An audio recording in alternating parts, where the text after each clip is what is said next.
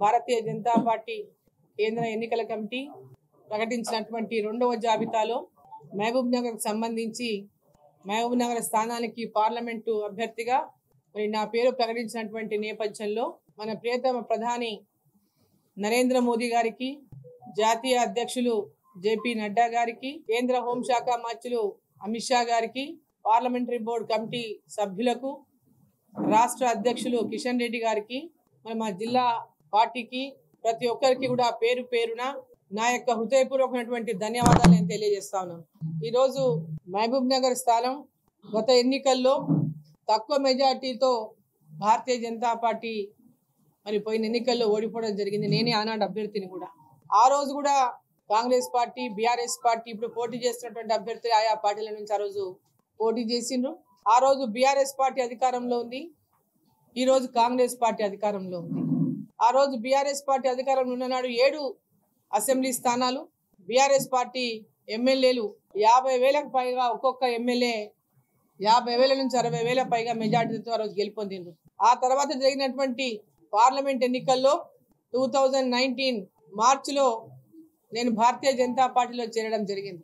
Mahabub Nagar parliament స్థానానికి ఆనాడు నా అభ్యర్థిత్వాన్ని ఖరారు చేసి మరి ఆ రోజు నేను పోటీలో ఉన్నటువంటి సందర్భంలో ఆ రోజు జిల్లా వ్యాప్తంగా కూడా నరేంద్ర మోదీ గారి మీద విశ్వాసంతో జిల్లాలో అందరికీ కూడా పరిచయం ఉన్నటువంటి వ్యక్తిగా మరి నా అభ్యర్థిత్వం అయితేనేమి, మోదీ గారి యొక్క నాయకత్వం అయితేనేమి ఆ రోజు 3,33,353 ఓట్లతో రెండో స్థానంలో భారతీయ జనతా పార్టీ నిలవడం జరిగింది. మరి ఈ రోజు ఉన్నటువంటి పరిస్థితుల్లో రాష్ట్రంలో కాంగ్రెస్ పార్టీ అధికారంలోకి వచ్చింది. బీఆర్ఎస్ పార్టీ ఈరోజు పార్లమెంట్ ఎన్నికల్లో పోటీ చేద్దామన్నా ముందుకు వచ్చేటటువంటి అభ్యర్థులు లేనటువంటి పరిస్థితిని ఎదుర్కొంటా ఉంది. కాంగ్రెస్ పార్టీ ఈరోజు అధికారంలో ఉన్నారు. 7 మంది ఎమ్మెల్యేలు కూడా కాంగ్రెస్ పార్టీ నుంచి విజయం సాధించింది. ఇక్కడ అప్పుడు ఏ విధంగా అయితే అధికారంలో ఉన్నటువంటి బీఆర్ఎస్ పార్టీలు ఇక్కడ 7 మంది ఎమ్మెల్యేలు ఉన్నారో ఈ రోజు కూడా అధికారంలో ఉన్నటువంటి కాంగ్రెస్ పార్టీ నుంచి 7 మంది ఎమ్మెల్యేలు ఉన్నారు. కాకపోతే ఆనాడు కంటే ఈ రోజు గెలిచినటువంటి ఎమ్మెల్యేల మెజార్టీలు మరి అంత పెద్ద మెజార్టీ లేనటువంటి విషయం మనకు అందరికీ కూడా తెలుసు. రాష్ట్రంలో కూడా బొటాబొట్టి మెజార్టీతో రాష్ట్ర ప్రభుత్వాన్ని ఏర్పాటు చేసింది కాంగ్రెస్ పార్టీ. ప్రజల లోపల పెద్ద ఎత్తున 6 గ్యారెంటీల విషయంలో హామీయే గాని, బీఆర్ఎస్ బీజేపీ పొత్తు అనేటటువంటి అబద్ధపు ప్రచారమే గాని, భారతీయ జనతా పార్టీ పెద్ద ఎత్తున ఆనాడు బీఆర్ఎస్ పార్టీకి వ్యతిరేకంగా అనేక పోరాటాలు చేసినాం. జైళ్ళకి వెళ్ళిండ్రు భారతీయ జనతా పార్టీ కార్యకర్తలు, నాయకులు. పెద్ద ఎత్తున బీఆర్ఎస్ పార్టీకి తీవ్రమైనటువంటి వ్యతిరేకాన్ని తెలంగాణలో నిర్మించింది భారతీయ జనతా పార్టీ. ఆనాడు వాస్తవాలతో ప్రజల ముందుకి భారతీయ జనతా పార్టీ వెళ్ళింది. అబద్ధపు హామీలతో ప్రజలని మోసం చేయదలుచుకోకుండా ఏది అధికారంలోకి వస్తే ఏమేమి భారతీయ జనతా పార్టీ ప్రజలకు ఇచ్చినటువంటి హామీలను నెరవేరుస్తున్నటువంటి విశ్వాసాన్ని రోజు కల్పించినప్పటికీ కూడా వారు చేసినటువంటి ప్రచారాన్ని ప్రజల లోపల బీజేపీ బీఆర్ఎస్ ఒకటనే ప్రచారం, 6 గ్యారెంటీలు అమలు చేస్తామనేటటువంటి ప్రచారం, ఈ 2 ప్రచారాలను కాంగ్రెస్ పార్టీ ప్రజలను నమ్మించగలిగింది. కాంగ్రెస్ పార్టీ అధికారంలోకి వచ్చింది. ఈ రోజు ఇచ్చినటువంటి హామీలు వాళ్ళు ఈ రోజు ఆర్టీసీ బస్సులో మేము మహిళలకు ఉచిత ప్రయాణం అని చెప్పిన మేము నెరవేర్చినటువంటి ఓ గొప్ప హామీని అమలు చేసామని చెప్పుకుంటా ఉన్నారు. ఈ రోజు గ్రామీణ ప్రాంతాల్లో ఒక గ్రామం నుంచి ఇంకో గ్రామానికి బస్సులే లేనటువంటి పరిస్థితి ఉన్నది.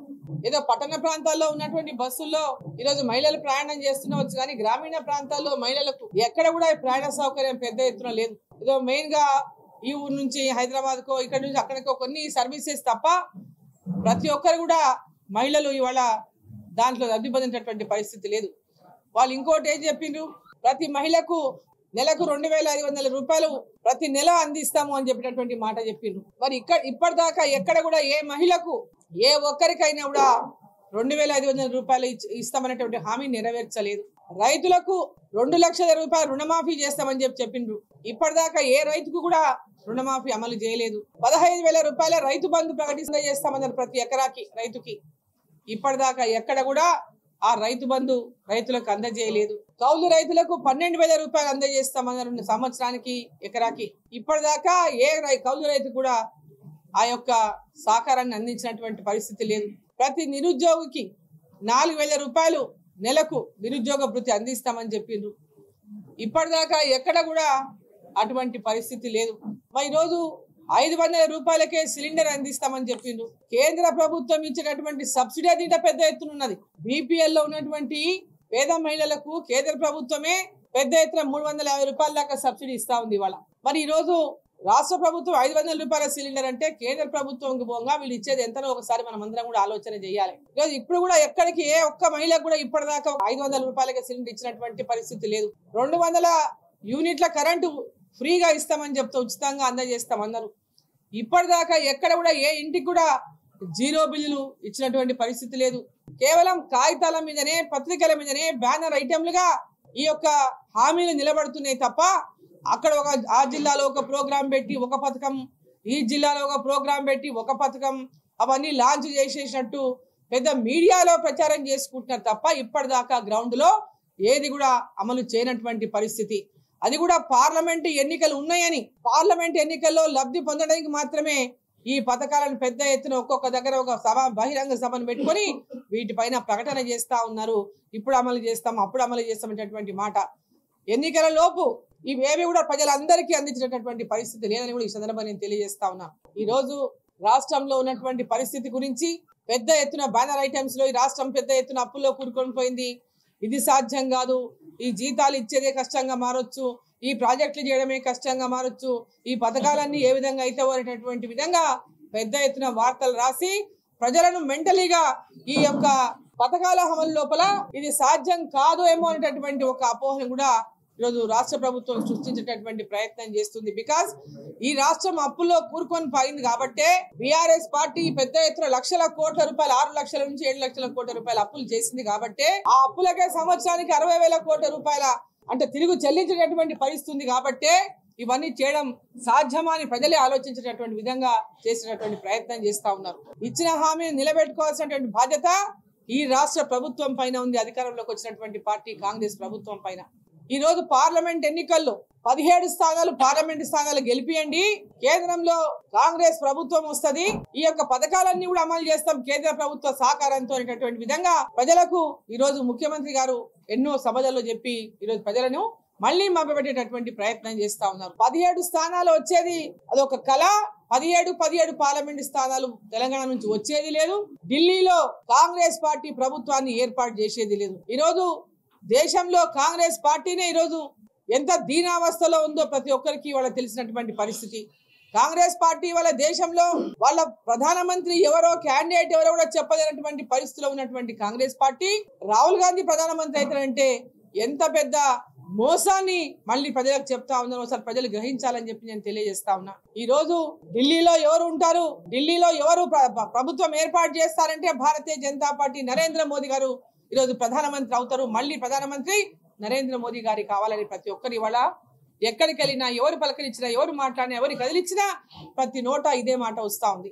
మరి ఈ రోజు దేశమంతా నరేంద్ర మోదీ గారి యొక్క నాయకత్వంలో మళ్ళీ 3వసారి అధికారంలోకి భారతీయ జనతా పార్టీ వస్తుంది. మళ్ళీ నరేంద్ర మోదీ గారి దేశానికి ప్రధానమంత్రి అవుతారనేది ఎవరిని అడిగినా, ఏ ఒక్క పత్రిక అడిగినా, ఏ సర్వేలను అడిగినా అందరూ కూడా స్పష్టంగా తెలియజేస్తున్నది మళ్ళీ దేశానికి ప్రధానమంత్రి నరేంద్ర మోదీ గారనే. మరి ఈ సందర్భంలో తెలంగాణ రాష్ట్రం నుంచి కూడా ఈ దేశం కోసం, ఈ దేశ ప్రజల కోసం, ఈ దేశం అభివృద్ధి కోసం, ఈ దేశాన్ని ప్రపంచ దేశాల్లోనే అభివృద్ధి చెందినటువంటి దేశంగా మొట్టమొదటి స్థానంలో నిలబెట్టాలని వికసిత్ భారత్ సంకల్పంతో ముందుకు పోతున్నటువంటి నరేంద్ర మోదీ గారు ఇవాళ మహిళల కోసం తీసుకొచ్చినటువంటి పథకాలే గాని, ఉజ్వల గ్యాస్ కనెక్షనే గాని, ప్రతి మహిళకు ఇంట్లో మరుగుదొడ్డే గాని, ముద్రా లోన్లే గాని, అదే విధంగా గరీబ్ కళ్యాణ్ యోజన కింద ప్రతి కుటుంబానికి 5 కిలోల బియ్యం ఉచిత, ప్రతి ఒక్కరికి 5 కిలోల బియ్యం ఉచితమే గాని, బేటీ పడావో బేటీ బచావో అటువంటి కార్యక్రమమే గాని, సుకన్య సమృద్ధి యోజననే గాని, రైతు కిసాన్ సమ్మాన్ నిధే గాని, ప్రతి ఒక్కరికి బ్యాంకులలో 0 అకౌంట్ ఓపెన్ చేయించడమే గాని, రైతులకు సబ్సిడీ కింద ఎరువులు ఇవ్వడమే గాని, ఇలా చెప్పుకుంటూ పోతే లెక్కలేనటువంటి అభివృద్ధి కార్యక్రమాలు ప్రతి గ్రామ పంచాయతీ దగ్గర నుంచి మొదలుకుంటే ప్రతి గ్రామ పంచాయతీలో జరిగినటువంటి అభివృద్ధి అంతా కూడా నరేంద్ర మోదీ గారి ప్రభుత్వం చేసినటువంటి అభివృద్ధి. ప్రతి మున్సిపాలిటీలో జరిగినటువంటి అభివృద్ధి అంతా కూడా నరేంద్ర మోదీ గారి ప్రభుత్వం చేసినటువంటి అభివృద్ధి. కాబట్టి తెలంగాణ ప్రజలందరూ కూడా ఇక్కడ కూడా తెలంగాణలో కూడా భారతీయ జనతా పార్టీ అత్యధిక స్థానాల్లో ఈ రోజు గెలుస్తున్నటువంటి విశ్వాసం ఉంది. ప్రజలంతా గెలిపిస్తారనేటటువంటి విశ్వాసం కూడా ఉంది.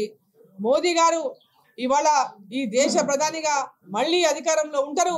కాబట్టి తెలంగాణ అభివృద్ధి జరగాలంటే తెలంగాణ నుంచి కూడా అత్యధిక స్థానాలు 12 నుంచి 15 స్థానాలు మరి పార్లమెంటు స్థానాలను మరి మోదీ గారికి ఇక్కడ నుంచి ఢిల్లీకి మోదీ గారికి బహుమతికి ఇవ్వాలి. తెలంగాణ అభివృద్ధి కోసం అని చెప్పి ఈరోజు ప్రజలంతా కూడా నిర్ణయం చేసుకొని ఉన్నారు. అదేవిధంగా పాలమూరు జిల్లా ఉమ్మకుండా పాలమూరు పార్లమెంటు గాని ప్రజలందరూ గతంలో జరిగినటువంటి 19లో జరిగినటువంటి ఎన్నికల్లో తక్కువ మెజార్టీతో ఆ రోజు నేను ఓడిపోవడం జరిగింది. మరి ఈ ఎన్నికల్లో తప్పకుండా విజయాన్ని అందిస్తారని, నరేంద్ర మోదీ గారికి బహుమతిగా ఈ పార్లమెంటు స్థానాన్ని అందిస్తారని, పార్టీలకు అతీతంగా ఈ యొక్క పాలమూరు అభివృద్ధి కోసం, మహబూబ్ నగర్ పార్లమెంట్ అభివృద్ధి కోసం, ఉమ్మడి పాలమూరు జిల్లా అభివృద్ధి కోసం గతంలో ఈ యొక్క జిల్లాలో నేను మంత్రిగా ఉన్నప్పుడు గాని అంతకు ముందు గాని ఈ యొక్క ప్రాంతం కరువు జిల్లా కోసం చేసినటువంటి అన్ని పోరాటాలు, ఈ యొక్క కరువు జిల్లాలో రైతుల యొక్క భూములను సస్య సామ్రాజ్యం చేసినటువంటి ప్రాజెక్టులు తెచ్చినటువంటి సందర్భంగా ఆ ప్రాజెక్టుల ద్వారా ఈరోజు అందుతున్న సాగునీరు గాని, ఈ జిల్లాలో విద్యా సంస్థలు గాని, వైద్య సంస్థలు గాని, మెడికల్ కాలేజీలు గాని అన్ని రకాలుగా ఈ జిల్లాని ఆనాడు అభివృద్ధి చేసినటువంటి నేపథ్యంలో ఈ జిల్లా గురించి అభివృద్ధి గురించి పూర్తిగా అవగాహన ఉన్నటువంటి నేపథ్యంలో గతంలో ఇక్కడ నుంచి ఎవరు గెలిచినా గెలవడము, ఢిల్లీకి పోవడము, గెలిచినా ఢిల్లీకి పోయినరు, ఓడినోళ్ళు ఢిల్లీకి పోయినరు. ఈడ ఉండి ఎవరు ప్రజల మధ్యలో ఉండి పనిచేసినటువంటి వాళ్ళు లేరు. ఈ ప్రాంతం బిడ్డగా, ఈ ప్రాంతం అభివృద్ధి కోసం అహర్నిశలు కృషి చేయడానికి మీ సేవకురాలిగా మీ ముందు ఉంటానని చెప్పి సందర్భంగా నేను తెలియజేసుకుంటూ, మరి ఈ యొక్క పాలమూరు పార్లమెంటు స్థానానికి మరి భారీ మెజార్టీతో పార్టీలకు అతీతంగా గెలిపించి నరేంద్ర మోదీ గారి ప్రభుత్వంలో మరి మహబూబ్ నగర్ రిప్రజెంటేషన్ కూడా పార్లమెంటు సభ్యురాలుగా ఈ ప్రాంతానికి సేవ చేసినటువంటి అవకాశాన్ని నాకు కల్పించాలని చెప్పి మీడియా ద్వారా ప్రజలందరినీ సందర్భంగా నేను కోరుకుంటా ఉన్నా.